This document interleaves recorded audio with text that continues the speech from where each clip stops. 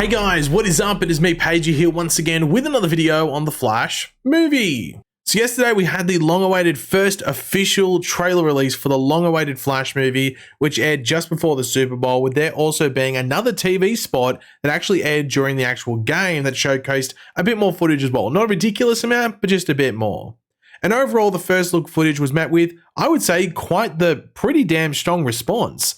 Now, of course, there is some outside drama and issues associated with the film, but you would hope that that can possibly be overcome and people can go and just enjoy what looks to be one hell of a fun ride. Now, the new footage, of course, showcases the story and just Barry Allen's goal of saving his mother, plus the introduction of Supergirl and the reintroduction of Michael Keaton's Batman. Yeah, he's back as Batman, and then we also see a bit of Ben Affleck's Batman as well. But coming out of the trailer, people have some questions and there are some underlying mysteries about certain plot elements for the movie. And in this video, we're going to go over just a handful of them. These ranging from other elements of characters in the film, power sets, and just some overall items. But yeah, if you have any other questions or just general points of curiosity from the trailer, let me know in the comment section down below and I might get back to you. But just let me know all your general thoughts on all this stuff in the comment section down below and how you think, all these things are going to play out in the actual film when it finally does release in the middle of June. So the first thing to bring up is Grant Gustin. I know where he's going to be. Might be on my face, probably my face.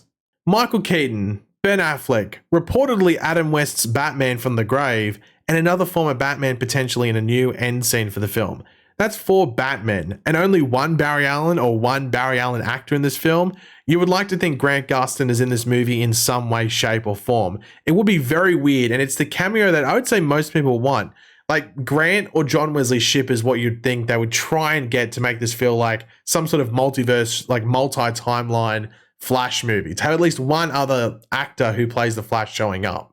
Surely at least one of them, or maybe both. Maybe both of them could happen, but who knows? You would hope it actually remains a secret, as that would be super exciting for the film to actually have that happen in the movie. Obviously, we look back at Spider-Man No Way Home, and everyone just knew that those 2 Spider-Men were going to be there, so it lessened the excitement when they jumped out. There've been all those leaks. So even if Grant or John Wesley Shipp or both of them, or even some other former DC actors that are being kept hidden are in the film, you sort of hope that they remain hidden, so as a fan, you get to enjoy that stuff in the theater when it happens. Now, whether that actually happens and they remain secret is another question, another thing to happen, but, and I just fingers crossed something gets hidden and there is some sort of surprise. But Hollywood and these comic book things nowadays, not a lot stays hidden, so might be wishful thinking that that stuff would stay hidden if it actually isn't the movie. Now, the next big thing is Reverse Flash. Now, there is no sign in this film, or at least based on the trailer, outside of the death of Nora Allen to say, hey, Reverse Flash is going to be in this movie, or just any sort of connection to Reverse Flash.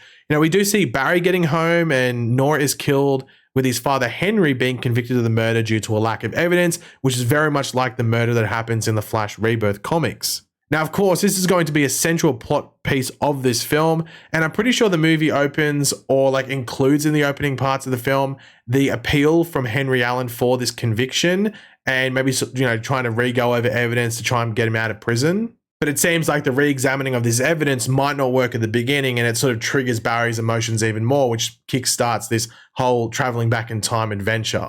Now, in the comics, Nora is actually killed on her birthday, which seems like a very Reverse Flash thing to do. So it will be interesting to see if there is any hints at all to a Man in Yellow or anything like that, just another speedster being there. Or maybe Barry, now that he is older and, a forensic scientist, is actually able to sense something speedster related on certain evidence that might be brought up during this appeal.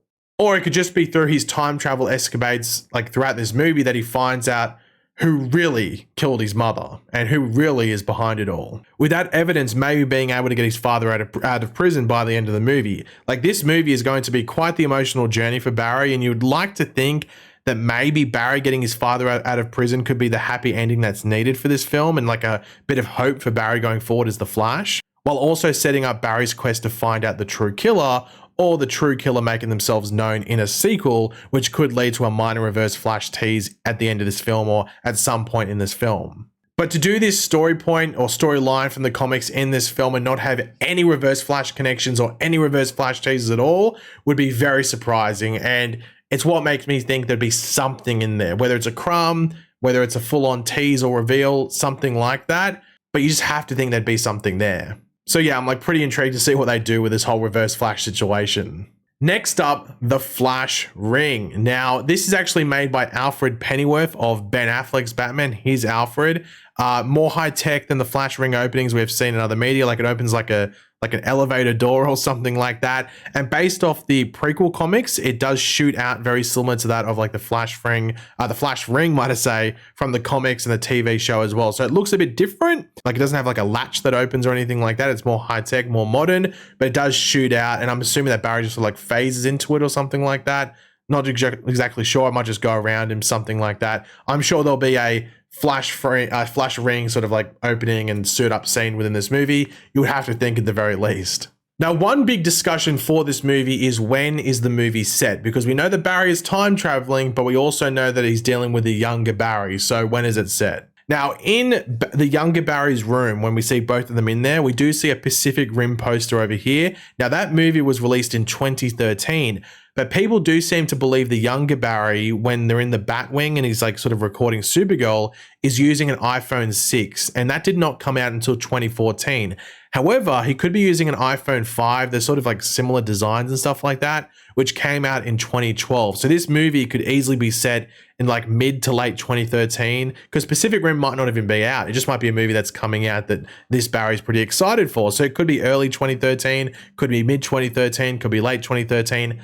Just 2013 in general seems like the right year for it to be the case, especially when you involve the Man of Steel stuff and Zod's coming in, because that movie came out in 2013 and this movie is releasing in 2023, 10 years after 2013. So 2013 seems like the good year to place it in. Now we know that Nora Allen, Barry's mother, was murdered in 2001 when Barry was 9 years old. So the younger Barry is going to be in his like early 20s roughly in this film, with the main or older Barry being in his late 20s roughly. Like he might be 30 depending on the current day or the current year we're in. Like if we're in like 2023 in the current day or the present day, then he'd be like 31 or about to turn 31.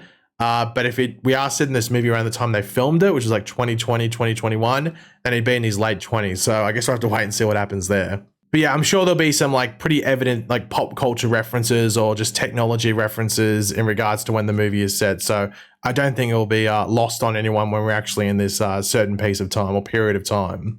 And the last thing I did see a lot of people curious about was the differing lightning colors that we see in this film. So we have our Barry, the main Barry, the older Barry, with yellow lightning coming from him.